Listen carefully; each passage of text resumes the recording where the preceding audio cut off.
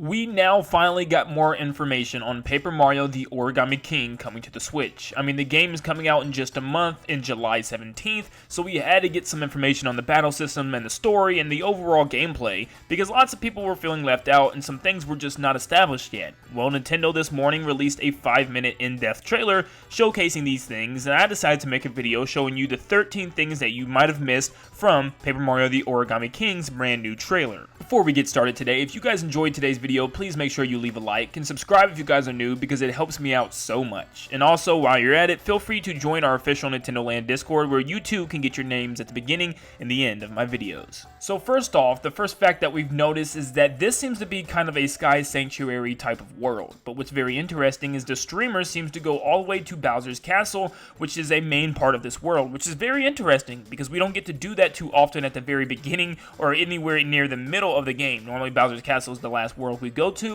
and it's the most creepiest, so this may be a down, calm version of Bowser's Castle, which could be very exciting, especially since you have Bowser and his minions along with you.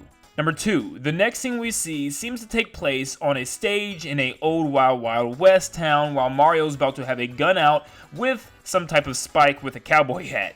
But the really interesting thing is, this is kind of designed and based off of Paper Mario the Thousand Year Door's battle system stage, where you were on stage with the crowd watching you in the background like the Toads, with the curtains, and it just kind of feels exactly like Paper Mario the Thousand Year Door, and you can even see a Toad to the right holding some type of script, like this is kind of like a play they had to do. So this is very, very reminiscent of that game, and that could end up making people very sad and nostalgic. Now we once again have the game shows returning. Instead of Sniff It or Whiff It, however, it's called Shy Guys Finish Last. This is a kind of a Shy Guys spin on the Sniff It or Whiff It games that we got in Sticker Star and Color Splash, which is pretty cool. They're just little game shows that Mario goes on. He's had game shows since the very beginning of Paper Mario, so this is something that's not new to the series, and it's kind of fun, and it's kind of more of a relaxation compared to the actual game that you're in. Number 4, there are now confirmed partner characters within this game. There are side characters that will actually have names such as Bobby the Bomb-Ob, Kamek, and Professor Toad,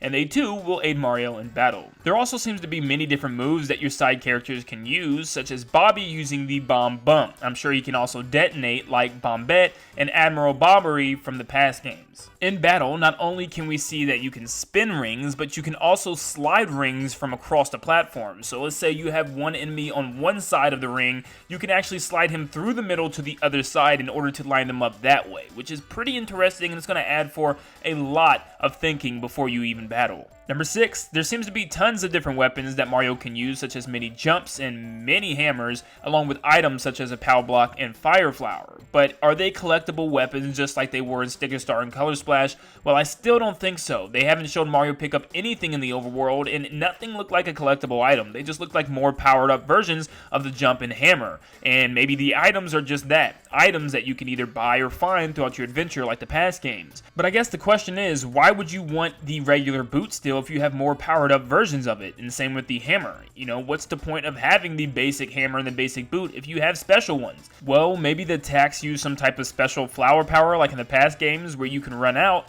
and you have to use the basic attacks. I'm not quite sure on this yet. I think one thing that would also be helpful to know if there's any type of XP, which we still don't know. Mario does get coins at the end of a battle, but there seems to be kind of a battle stats chart when you finish, which is very interesting because we've never had that since like the Thousand Year Door. So I'm wondering if this has anything to do with an XP system, and will one of the categories be XP? We're just going to obviously have to wait, and that's obviously something Nintendo's still hiding from us. Now, the major boss battles in the game guard the streamers at the end of each world, and they're themed around different art supplies, such as a box of colored pencils, a rubber band man, and also tape. Yes, a roll of tape. Now, I know this might be offsetting at first because it's just like we're just going to be fighting art supplies. They're not original bosses like we used to have, but rest assured, there seems to be original bosses as well, and I will talk about that in detail at the end of the video, so stay tuned for that. Badges might also make a return because we do see Mario equip something such as the Guard Plus, which seems to be helping him guard against some of the attacks. Maybe it takes less damage away and it helps him out a little bit in battle. As we can see, the colored pencils are lighting him up like a machine gun.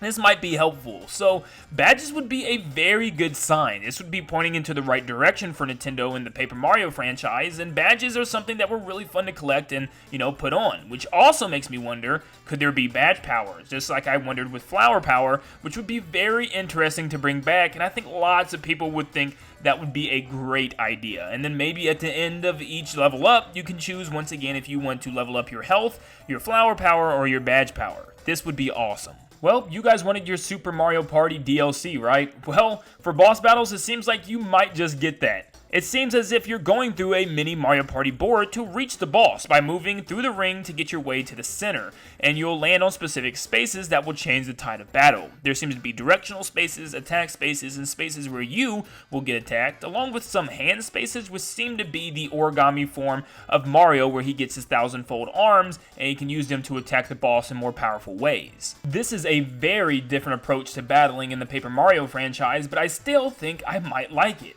Also worth noticing that the boss now has an HP bar, which I like a lot. I always hated that with Paper Mario games because you never knew when you were finished.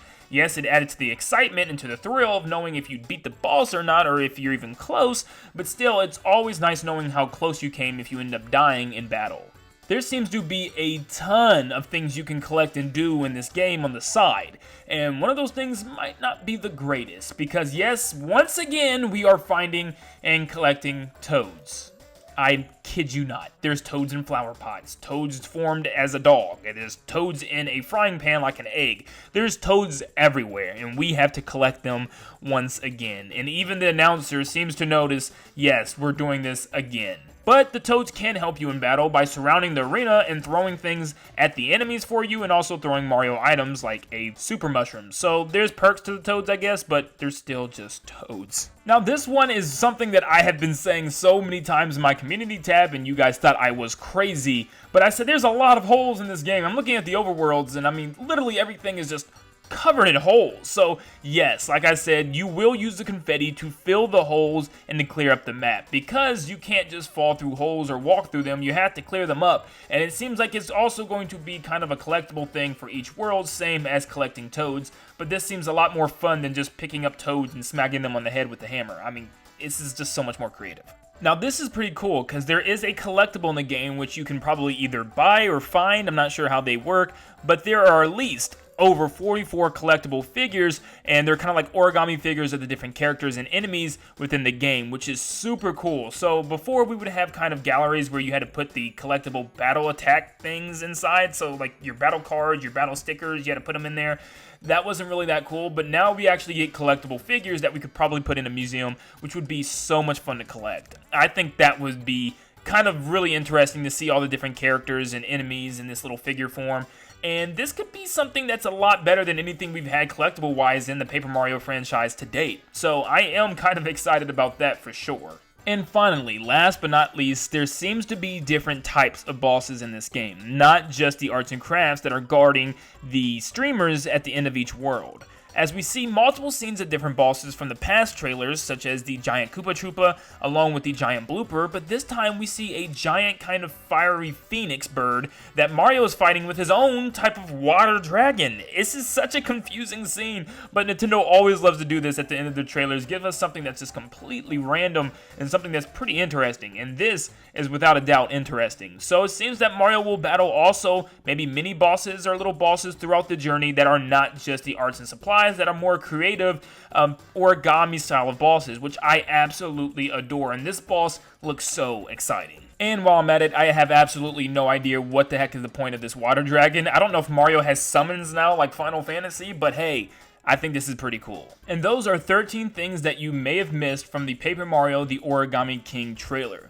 Thank you to everybody that tuned into the video today, and this game is actually turning out to be a pretty exciting, interesting game, and Nintendo finally gave us the information that we needed. Now, probably all we have left is to wait for the game, and yes, at least Nintendo gave us some type of news this week, in this very, very calm and quiet week. But if you guys enjoyed today's video, make sure you leave a like and subscribe if you guys are new to stay up to date on all things Nintendo. Thank you guys so much, and I'll see you in the next one. See ya, guys.